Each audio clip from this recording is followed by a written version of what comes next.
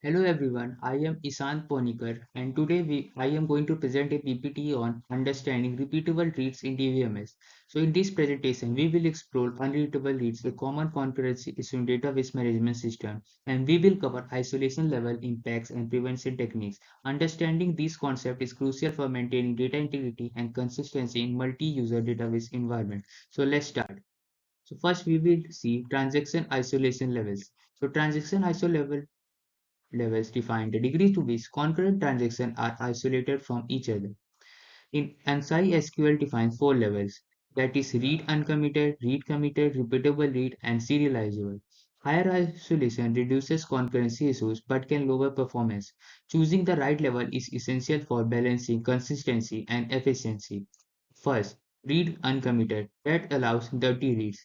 Read committed prevents dirty reads. Repeatable read prevents dirty and unrepeatable reads. Serializable highest isolation prevents all concurrency issues.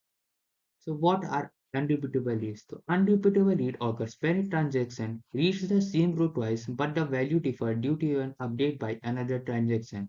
It is also known as a non-repeatable read. This can lead to data inconsistency and application error. So first read, transaction T1 reads now row R. Date, transaction T2 updates row R and commits. Now the second time transaction T1 read row R again, it sees a different value illustrating unreadable reads. So we have seen before, first the transaction T1 reads row R with value A. Now transaction T2 updates this value by changing it to B and commits the change. Now as it had committed, its value has been changed. Now after some time, if transaction T1 reads row R again, it will see the value B and not A as it has been changed by transaction T2. So the second time it is value has changed and it has become unreadable and it is called unreadable read. So the adverse effect of unreadable reads are unreadable reads can lead to several problems. Data inconsistency, incorrect calculation, and application error. Data inconsistency leads to integrity issues. Incorrect calculation compromises report, and unexpected data exchanges happen in application error. They can cause data inconsistency and integrity issues as well as incorrect calculation and report. Furthermore, they may also result in application logic error due to unexpected data changes. ISO levels and prevention. Different isolation levels offer varying degree of protection against irrepeatable reads.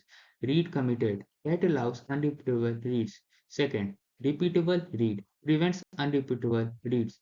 Third is serializable prevents all concurrency issues. Next is the techniques for prevention. There are multiple techniques to prevent unrepeatable reads. First is ISO levels.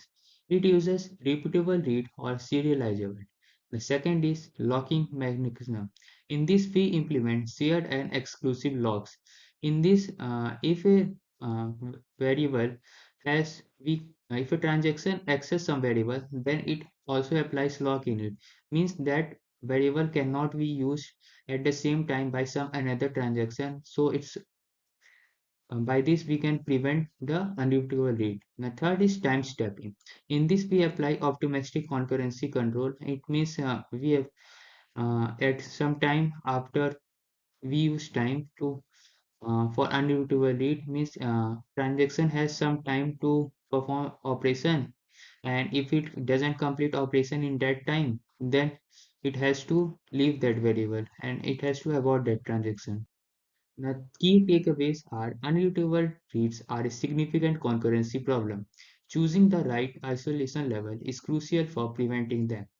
Repeatable reads and serializable levels effectively prevents unrepeatable reads, but it is important to understand the trade-offs between isolation and performance.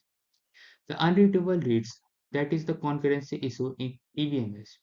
Isolation levels, crucial for prevention. Repeatable read, it prevents the issue and trade-offs isolation but for performance. So as you can see, these are the key takeaways of our today's PPT, that is the unreadable reads. So now that's thank you to all who have listened so far to this PPT of unreadable reads. So Once again, I thank you, everyone.